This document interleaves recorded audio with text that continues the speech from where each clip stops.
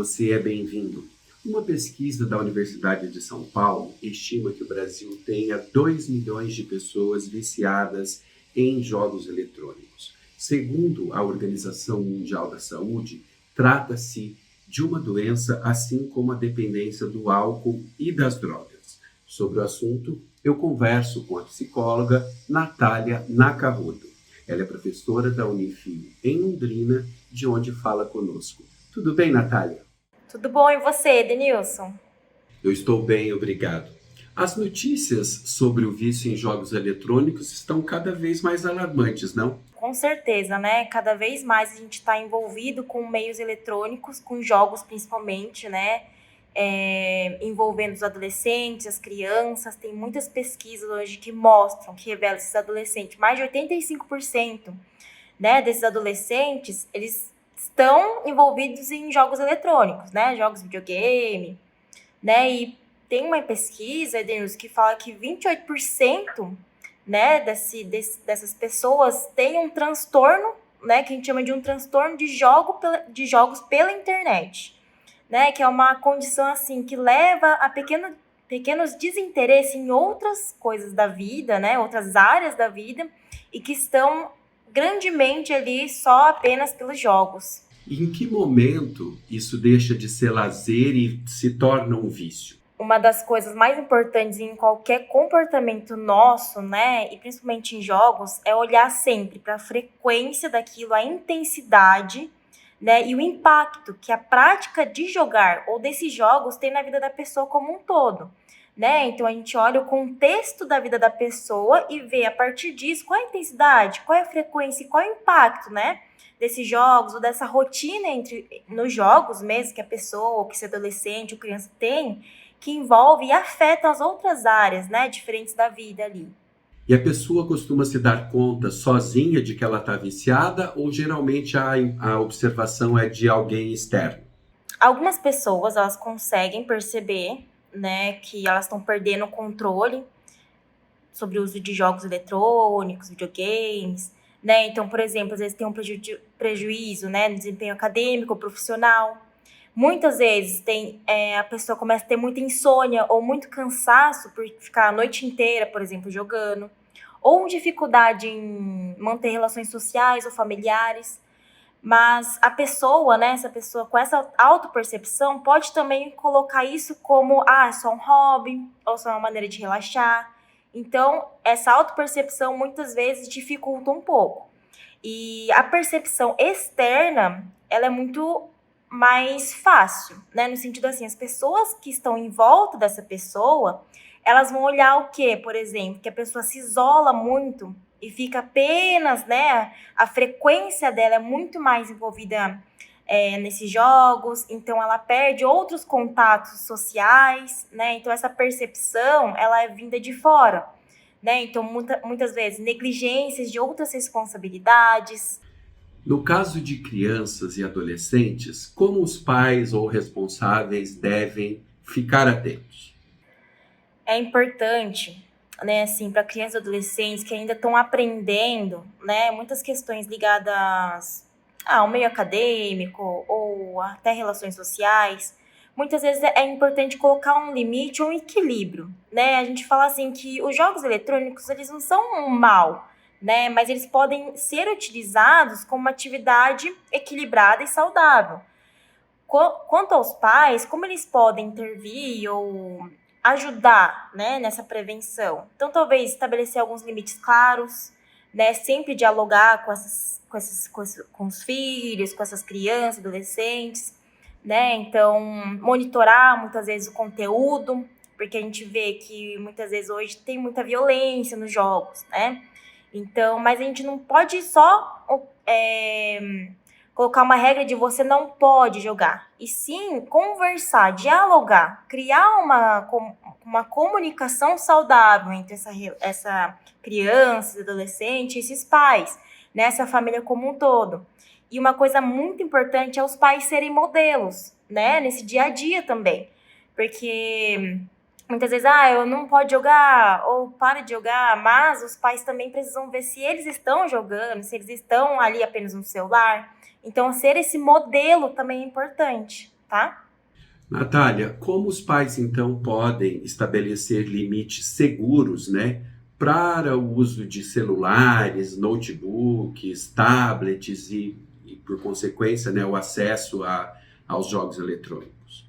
Dá pra gente fazer uma leve negociação, assim, eu falo brincando, né, com os filhos, que é, por exemplo, estabelecer algumas horas semanais ou diárias, né, só para ter um equilíbrio ali, que ele tem que fazer as outras demandas, né, da escola, do colégio, da faculdade, mas, além disso, criar alternativas de lazer, não apenas só os jogos ali, né, então, criar uma rotina diferente, né? Estabelecer uns horários específicos para os jogos, para brincadeiras externas ou outras atividades, mas também que sejam prazerosas, né? A gente não pode colocar coisa só vai fazer tarefa, né? Porque daí a criança ou o adolescente ele vai se revoltar. Então a gente precisa colocar, não, vamos fazer outra atividade prazerosa, mesmo que for em conjunto com os pais, mas que não fique apenas, né, nessa toda a frequência ali nos jogos mesmo.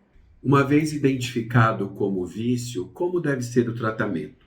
Primeiramente, né, é importante procurar um profissional, né, especializado, então um psicólogo ou um psiquiatra experiente, né, em dependências e comportamentais. Então, identificar esses padrões, avaliar, né, fazer uma avaliação do impacto desse uso da tecnologia, desses jogos, em áreas como, né, o trabalho, saúde, relações sociais. Então, intervenções comportamentais ali junto com a psicoterapia e muitas vezes, ou talvez com um medicamento, mas em casos bem específicos, é importante, né? Mas na busca de um profissional especializado é a primeira coisa que é fundamental, né? Para fazer uma avaliação, né? Dessa pessoa, desse indivíduo. Assim como o vício em bebidas e cigarro, é necessário para o vício em jogos eletrônicos a colocação, né, de medicamento, além do acompanhamento terapêutico? Edenilson, nem todo caso de vício em jogos eletrônicos ou no uso excessivo exige um acompanhamento médico ou medicamentoso mesmo, tá? Mas vamos falar que às vezes tem uma presença de comorbidade, que a gente chama, né? Que daí tem um impacto na saúde física e mental da pessoa. Então, muitas vezes não é necessário, mas pode ter algum caso que, por exemplo, a pessoa tenha muitas dificuldades nas relações sociais e com isso, em consequência disso, ela começa a ter um indício de depressão ou de ansiedade. Aí sim que a gente pode ter esse tratamento multidisciplinar, né? Com a psicoterapia ligada ao acompanhamento médico, se necessário, para mudar esse estilo de vida, a nossa rotina como um todo. Pode facilitar, mas sempre tem que analisar, né? O caso individualmente. E como é a atuação específica do psicólogo no tratamento?